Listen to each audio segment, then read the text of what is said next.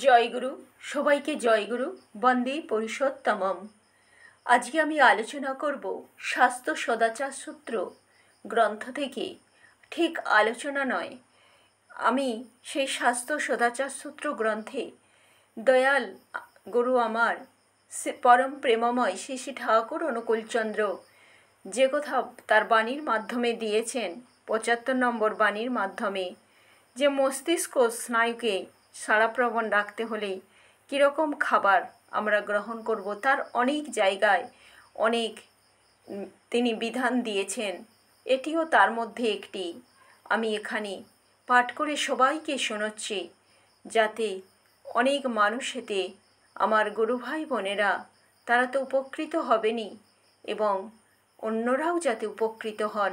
কারণ ধর্ম তাই, নিজে বাঁচো এবং অপরকে বাঁচতে সাহায্য করো, সেটাই ধর্ম। তাই আমার প্রভু যা বলেছেন সবই বাঁচা বাড়ার জন্য। নিজে বাঁচব, অপরকে বাঁচতে সাহায্য করব। তাই কারো যদি কোনো উপকারে লাগে, তবে সত্যিই আমার এই দয়াল গুরুর এই পৃথিবীতে মানব রূপে জন্ম নেওয়া তার সত্যিই সার্থক। যেমন করে বারবার তাকে ছুটে আসতে হয়, কত কষ্ট করে মায়ের গর্ভে তাকে জন্ম নিতে হয়, শুধু আমাদের মঙ্গলের কথা ভেবে, আমাদের ভালো কথা ভেবে, যাতে আমরা সেই সব বিধি বিধান মেনে সুস্থ থাকি, ভালো থাকি, এই ধরার বুকে সুন্দরভাবে দীর্ঘায়ু জীবন লাভ করতে পারি, তারা মানে অসুস্থতাকে কাটিয়ে উঠতে পারি। কারণ কোনো পিতামাতাই চান না তার সন্তান রুগ্ন হোক, অসুস্থ হোক।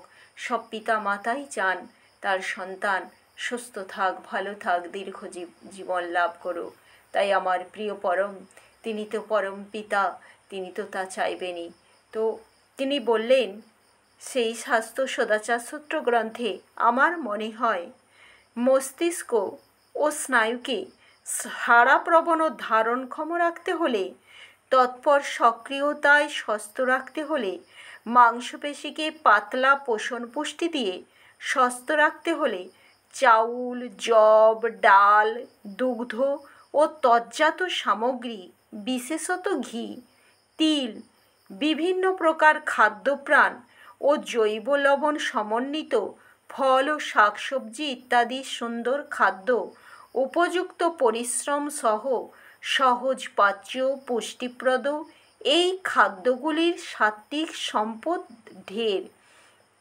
কতকগুলি পুষ্টির বহর খাদ্যরূপে চালালেই যে শরীর সব দিক দিয়ে শক্তিসম্পন্ন হয়ে উঠবে, তার কোনো মানে নাই।